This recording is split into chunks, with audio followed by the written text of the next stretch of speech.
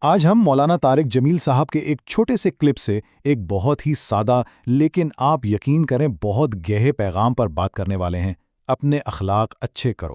سننے میں یہ جملہ بہت عام سا لگتا ہے نا، لیکن اس کے اندر زندگی کا ایک پورا فلسفہ چھپا ہوا ہے۔ تو چلیں اس کی گہرائی میں اتر کر دیکھتے ہیں۔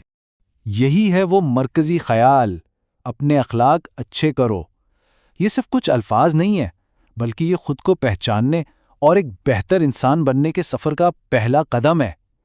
ہماری آج کی ساری بات چیت اصل میں اسی ایک نقطے کے ارد گرد گھومے گی۔ تو آئیے اس دعوت کو ذرا سمجھنے کی کوشش کرتے ہیں۔ یہ صرف ایک نصیحت نہیں، بلکہ یہ خود کو بہتر بنانے کے سفر کی ایک پکار ہے۔ ایک ایسا سفر جو ہمارے اندر سے شروع ہوتا ہے اور پھر ہماری پوری دنیا پر اثر ڈالتا ہے۔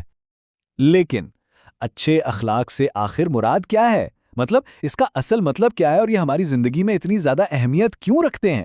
جب ہمیں ان سوالوں کے جواب ملیں گے نا، تب ہی ہم اس پیغام کی اصل روح تک پہنچ پائیں گے۔ تو سب سے پہلے اس بات پر غور کرتے ہیں کہ اچھے کردار کی ضرورت ہی کیوں ہے۔ ہمارا رویہ، ہمارا طرز عمل، یہ صرف دوسروں پر نہیں بلکہ سب سے زیادہ ہماری اپنی ذات پر گہرا اثر ڈالتا ہے۔ دیکھیں، جب ہمارے کام اور ہماری سوچ ایک ہو جائے نا، جب ان میں کوئی ٹکراؤ نہ ہو، تو اندر ایک عجیب سا سکون پیدا ہوتا ہے۔ جب دل اور دماغ ایک ہی سمت میں چل رہے ہوں تو انسان کو حقیقی اطمینان ملتا ہے۔ اور سب سے دلچسپ بات یہ ہے کہ اچھے اخلاق ہی مضبوط رشتوں کی بنیاد ہیں۔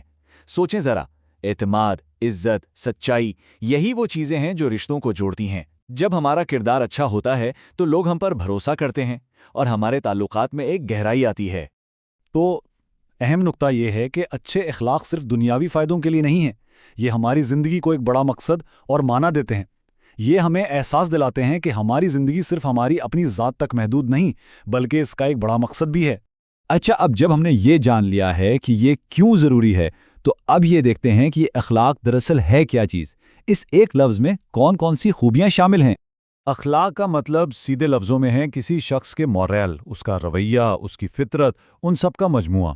یہ وہ خصوصیات ہیں جو بتاتی ہیں کہ کوئی انسان اندر سے کیسا ہے اور وہ دوسروں کے ساتھ کیسے پیش آتا ہے۔ تو یہ ہے وہ ستون جن پر اچھے اخلاق کی عمارت کھڑی ہوتی ہے۔ ایمانداری یعنی جو دل میں ہے وہی زبان پر، مہربانی یعنی دوسروں کے لیے نرمی اور ہمدردی، صبر جو مشکل وقت میں تھامے رکھتا ہے، عاجزی جو کامیابی کے باوجود پاؤں زمین پر رکھتی ہے، شکر گزاری یعنی ہر نعمت کی قدر کرنا، اور دیانتداری جو انسان کو اپنے اصولوں پر قائم رکھتی ہے۔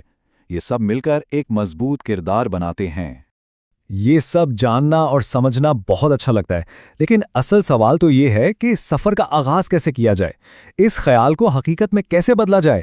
چلیں آگے بڑھ کر دیکھتے ہیں کہ یہ کیسے ممکن ہے۔ اس کے لیے ایک بہت ہی آسان سا فریم ورک ہے۔ پہلا قدم ہے خود کو دیکھنا، یعنی اپنے رویے پر غور کرنا۔ دوسرا قدم ہے نیت کرنا، مطلب یہ طے کرنا کہ کون سی ایک عادت کو بہتر بنانا ہے۔ اور تیسرا اور سب سے اہم قدم، اس پر مستقل مزاجی سے عمل کرنا، چاہے وہ چھوٹے چھوٹے قدم ہی کیوں نہ ہوں۔ تو یہ سوال ہر ایک کے لیے ہے کہ کردار کی تعمیر کا یہ لمبا سفر آخر شروع کہاں سے ہوتا ہے؟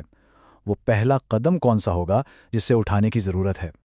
یہ سمجھنا بہت ضروری ہے کہ کردار کی تعمیر کوئی منزل نہیں ہے، یہ ایک مسلسل سفر ہے، ایک ایسی کوشش ہے جو زندگی بھر جاری رہتی ہے۔